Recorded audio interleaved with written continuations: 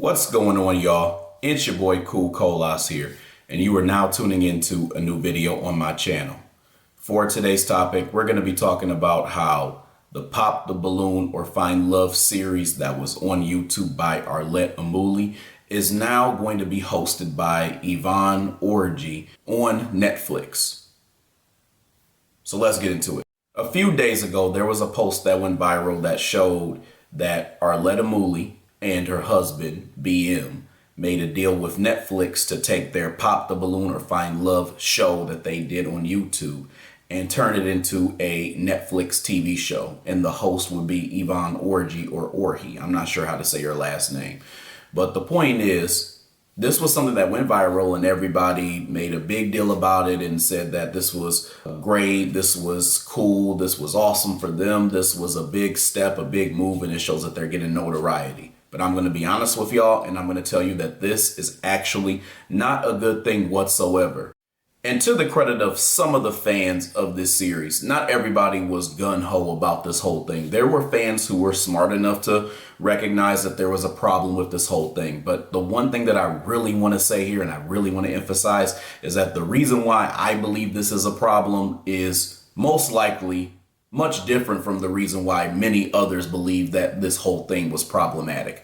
There were a lot of claims as to why people were upset about the idea that this show was going on, and most of them were around the idea that Arlette wasn't going to be hosting the show. And there were a few other things as well too, because one of the reports that I heard was that there would be celebrities on this series as well too, which takes away the authenticity. And some of the other things that I heard as well was that people were mad about Yvonne being the host because she's a virgin, and to people it's like, what would she know about having a relationship or having a marriage or being some type of paradigm for the ways that someone could envision their marriage to look like? Because from a lot of people's perspectives, Arlette had this marriage with BM where they had a great relationship and they were showing the dynamic of how their marriage worked and what they did to come together so that they could get married, so that they could date and get married and whatnot. So the idea is that they believe that Yvonne is not going to be able to portray that properly, with her again being a virgin, not being married, and not being the same example that Arlette would have shown. When I was first informed about this issue, I had a lot of different thoughts from my own end. And the first thing that came to mind was that the authenticity is just going to be shot. And what I mean by that is it already was at question, because you probably had some things that were authentic, but because you had some people who were most likely coming on this show to find love and to try to match with someone. And then you also had this idea that Arlette and BM were editing these different videos that they were doing so that there was a certain presentation and there was a certain way that all of this was looking. So we knew that there were certain things that probably were being cut out. And we can name a couple different examples that would show that, such as Dr. Elam, who was a contestant on a few of the episodes, talking about how he wanted to have a threesome or something like that. And then they wouldn't allow him to say that in there. And then there also being this idea that some contestants would go too far and then they would edit out them not being able to have, more questions and ask more things with people who were there. So, you had stuff like that was going on. The other thing that I thought was, well, I guess we're no longer going to be able to see Arlette's thick ass across the screen. Because let's be real. We all know that BM probably had Arlette walking backwards because he probably didn't want dudes looking at that ass, because you saw how tight them dresses were and how good she was looking in them. So there was that. But, I was like, man, that's going to be something that they going to take out. Anyway, brothers, we must stay focused. On a serious note, though, y'all, I think that BM always had her walking forward and backward and never turning around because of the fact that she always had her eyes on the camera, so you could always see that she was paying attention to it as she was speaking and talking to the other contestants, if I'm being real. But on a serious note, y'all, another thing that immediately came to mind on top of the things that I just named, the most important thing, is that I was starting to smell some foo-foo in a goosey. And let me tell you what I mean by that. There were some hints that there was some possible tetherism that was going on with this whole process, even before this deal was actually made. And this damn near confirmed it, because again, the authenticity was already at question. And with this now being a Netflix show, it's basically just totally shot. And it reminds me of what we've seen a lot of times with a lot of these other mediums that are ran by somebody who is non-FBA or a black immigrant and portrays some aspect, typically a negative aspect of black culture, specifically foundational black American culture. So it seemed as though this type of agenda was going on once again. And that's some of the problems that people had with the Pop the Balloon or Find Love series to begin with. I said before in previous videos and also in other content that Pop the Balloon was a good case study for some of the negative things that you see in relationships. So in other words, although it was portraying negative stereotypes of a lot of black people, and especially foundational black Americans, there was some truth to the negative aspects that we saw, although this was not the norm. And I needed to give this context because I had some of y'all who were coming into my live on when I did the video here on YouTube for Pop the Balloon or Find Love, and you all were sitting there majoring in the minors talking about some, I don't know why people say that it was a good research project, blah, blah, blah, blah, blah, blah. It's all bullshit. It's all bullshit.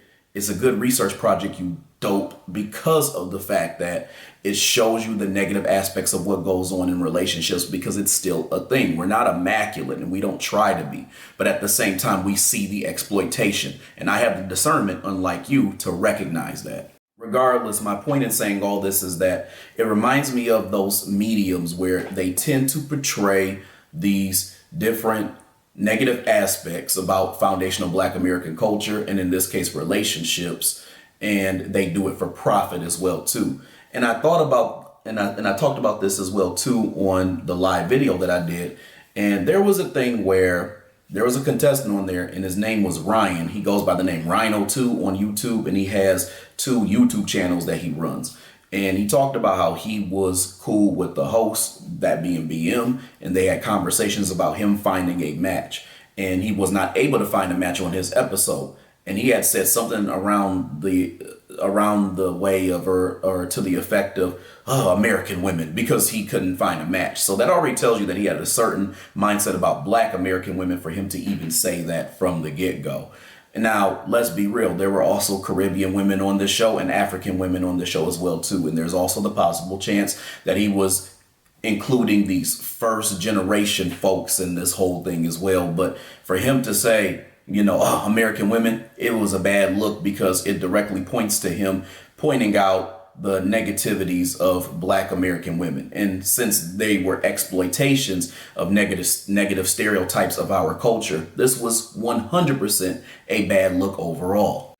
And then think about this, coupled with the idea that we're not totally sure about Arlette's lineage as well too.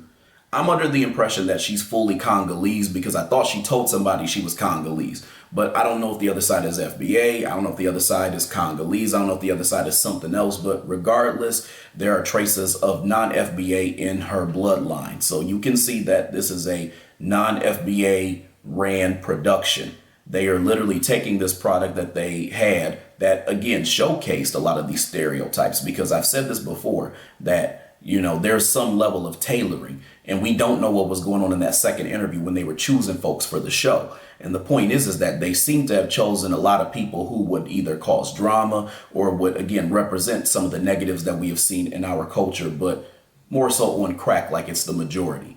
And they're not a part of our culture, but they're still portraying these different aspects, and they're taking that and they're giving it to Netflix for profit for themselves.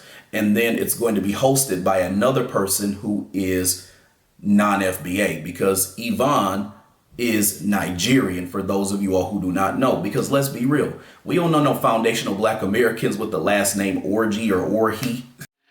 The problem with a lot of you Negroes who are actually celebrating this is that you all will celebrate anything that a black person does, even if it's harmful to the community, and that's problematic. I bet you if some black person had a cotton picking business and they had a bunch of niggas picking their cotton, you all would celebrate that shit, especially if it was a black woman who was leading the shit. Y'all will literally take anything and say that it's black excellence, even if it has some type of negative connotation or intent behind what is being done. The reason why I say I smell a goosey and foo-foo is because ultimately portraying us in a negative light when you're not a part of our culture is doing the work of the white supremacist. The white supremacist loves to take our image and portray it as negative and to try to make it seem like we as foundational black Americans as a whole are degenerate. And they don't have a right to do that, especially when a lot of them either already have some type of disdain for us or don't respect our culture or do not know anything about our culture and the things that we have actually been through.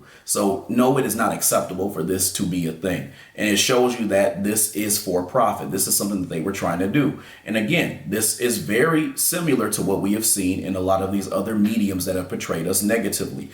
And just to remind you, in case you didn't know, there are a lot of these mediums that are run by people who are non-foundational black Americans. The Shade Room is ran by a woman named Angelica Nwandu. Essence Mag, which often spreads certain information and propaganda about the black community, is led by somebody named Richelieu Dennis. World Star Hip Hop, which often showcases these different videos that show degenerate aspects of our culture, was founded by Lee O'Denay or Lee O'Denat. I don't want to say the name improperly, but the point I'm making is that if you listen to the three names that I just said, none of them sound like foundational black American names. At least two of these people, that being Richelieu, if I said his name correctly, and Angie, are actually from Africa. Angie is from Nigeria, as a matter of fact. And then Lee passed away, but he was from New York. And anytime we look at somebody who is non-FBA, a lot of them come from places such as Florida, New York, DC, and places such as that. And oftentimes they'll say that they're from America when a lot of immigrants actually flock to these areas and will say that this is where they're from, but really they're from somewhere like Nigeria, or they may be,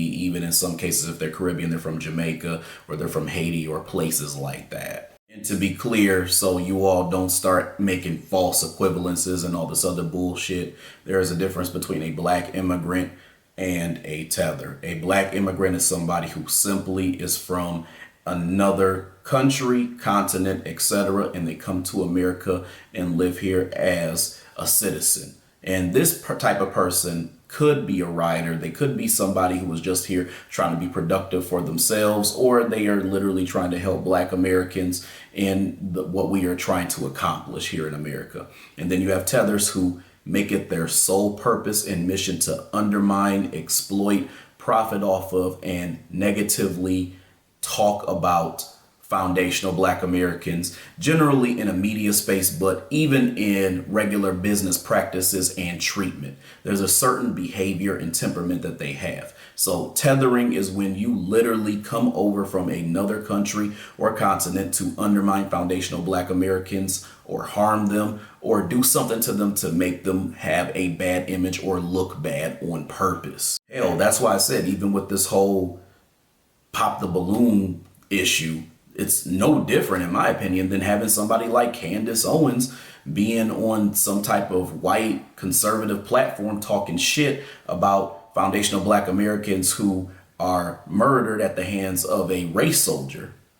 She got the nerve to be talking about us, and her people are from St. Thomas. Meanwhile, she's sitting there collecting checks from being a white conservative hand puppet. And like a Candace Owens and many other people like her, what they're trying to do is take somebody who has created something, even if it was off of our backs and off of our image, and legitimize them by giving them accolades and other opportunities that allow them to not just profit, but be seen and hailed as individuals who are a symbol of black excellence and have done things that are constructive and productive to society. And ultimately, I say all this to basically say, This is the problem with the whole pop the balloon thing. Now, with Arlette and BM now getting opportunities from Netflix, it legitimizes the degeneracy that they were trying to portray when they did the Pop the Balloon series. And a lot of them they're gonna go back, and even if they see people like me talking about this type of thing, they'll say, well, no, BM really wanted to have relationships come together and things like that. And it's like, well, yeah, of course he did,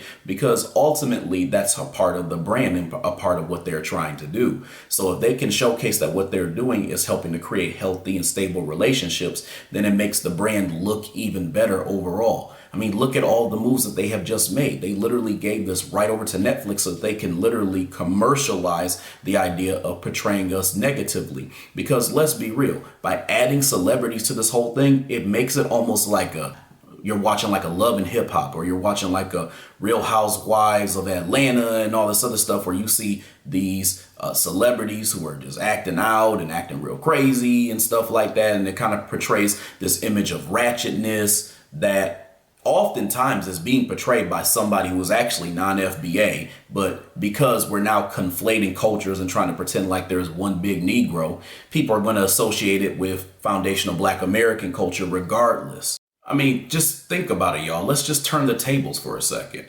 What if we had mediums where we show videos of you doing degenerate things? What if we show videos of when you're pissing and shitting in the streets? What if we had videos showing how you all are making mud huts because your infrastructure is shitty, and the good infrastructure that you actually have has been taken over by white people, a bunch of people who are far from the majority of those who are actually in Africa? What if we show videos of you eating strange wild animals that we have never seen before while bucking your eyes like it's the best shit smoking? You all wouldn't like stuff like that. But see, we don't get down like that. We don't get down with trying to portray you all negatively so that we can have some type of gain financially from doing things like that. But you all will come over here and disrespect the hell out of us, and that shit needs to be checked. Either way, this is a bad look, y'all. I don't anticipate myself watching this series because I can't fathom the idea of it now being that level of fake. I mean, literally, it's going to be so fake that the WWE is going to seem more real now. So I can't really see myself looking at it and tuning into it in the same way that I would have maybe the series that you saw on YouTube, where there may have been some level of authenticity because some couples literally were taking it seriously. But now it's just going to be a joke. And I have absolutely no reason to support a tether platform, because that's what it looks like this is going to be. All right, y'all, I hope you enjoyed this video. I hope you enjoyed what I had to say, and I'll definitely have more to come. If you like this video, I would love it if you hit the like button, the share button, the subscribe button, and hit the bell icon as well too, so you get notifications for whenever I come out with new content on this channel. And then when you are finished, please leave me a comment below. That way I can get back to whatever it is that you had to say about this topic. Other than that, I'll talk to y'all later. Peace out, y'all.